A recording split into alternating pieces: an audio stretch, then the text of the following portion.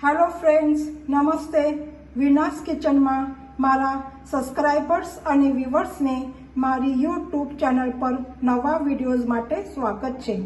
आज बनावीशु Janmashtami special coconut with गुलकंद लाडू। हूँ gas की फ्लेम पर पेन मूक्यु छे। एना अंदर 1 टेबल स्पून घी नाखीशुं અને હવે ગેસની ફ્લેમ થોડી મીડિયમ રાખીશું। એની અંદર આ જે કોકોનટ પાવડર છે એ શેકી લેવાનો છે।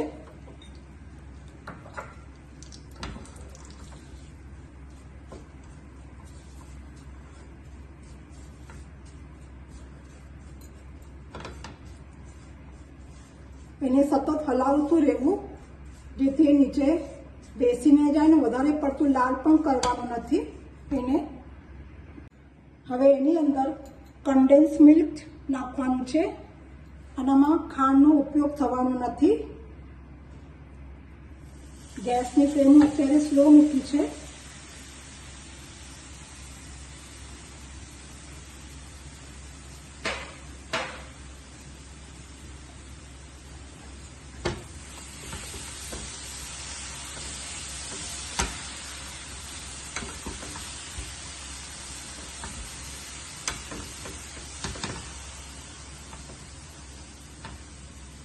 હવે કેસરવાળું દૂધ નાખું છું એના અંદર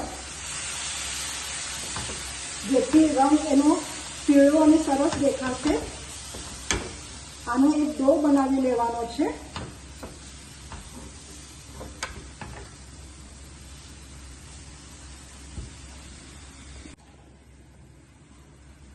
આપણું આ કોકોનટનો ડો બનાવી ગયું છે। હવે એક બાઉલમાં આપણે ટ્રાન્સફર કરી લઈશું એને। હવે એની અંદર 1 નાની ચમચી ઘી નાખીશું અને બદામ, કાજુ અને પિસ્તા આ ત્રણેય વસ્તુ છે એ 1 મિનિટ માટે એને શેકી લઈશું। આપણા ડ્રાયફ્રૂટ શેકી ગયા છે। ગેસની ફ્લેમ બંધ કરીને એને ઠંડા થવા દઈશું, પછી આનું પાવડર કરીશું। હવે આ જે ગ્રાઇન્ડ થઈ ગયું છે આપણો સૂકો મેવો એની અંદર ગુલકંદ નાખીશું અને એની અંદર કોકોનટ છે એનું બેટર પણ થોડું નાખીશું અને આ બધું વ્યવસ્થિત હલાવીને એને એક સ્ટફિંગ બનાવી લઈશું। હવે આની અંદર ઇલાયચી પાવડર થોડુંક નાખીશું અને બધું મિક્સ કરીને આનો એક ડો બનાવી લઈશું। આપણું સ્ટફિંગ છે એ તૈયાર થઈ જશે અને આપણું સ્ટફિંગ તમે જોઈ શકો છો, સ્ટફિંગ તૈયાર થઈ ગયું છે। હવે આના બોલ બનાવીશું।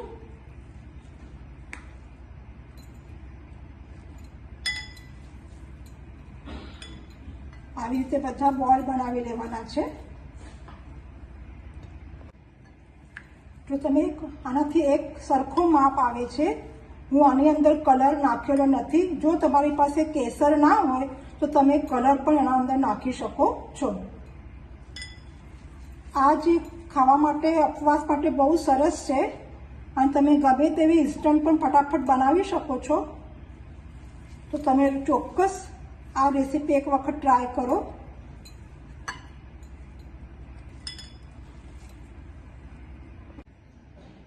મારા 9 બોલ થયા છે। એવી રીતે આ જે સ્ટફિંગ છે એના પણ 9 બોલ બનાવી લઈશું। એના માટે હું નાની ચમચી લીધી છે।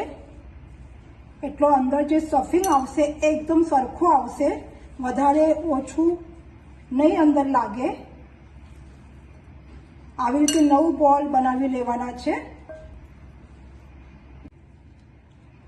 મારા 9 સ્ટફિંગ થઈ ગયા છે।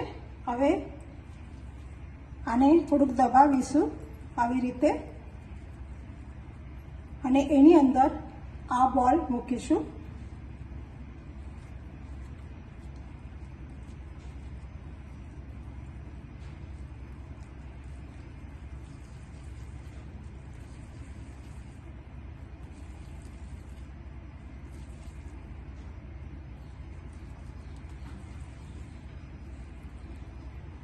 આ તમે ઉપવાસમાં પણ ખાઈ શકો છો.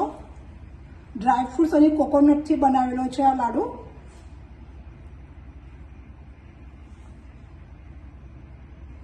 એવી રીતે આ બધા કરી લેવાના છે. જો તમને આ રેસીપી ગમે તો તમે લાઈક, શેર, સબસ્ક્રાઈબ અને બેલ આઇકોનને દબાવો, જેથી નવા વિડીયોઝ તમારા સુધી પહોંચી જશે. તમે ચોક્કસ એક વખત આ રેસીપી ટ્રાય કરો. આનામાં નો કોર્નફ્લાવર, નો માવો, કશાની જ જરૂર પડતી નથી.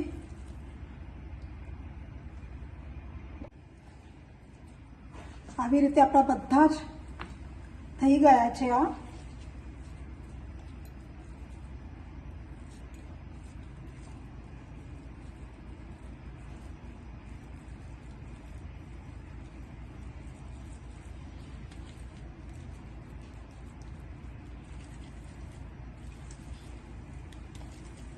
આનામાં વધારે પડતું ઘીની પણ જરૂર નથી હોતી અને ખાંડની પણ નહીં.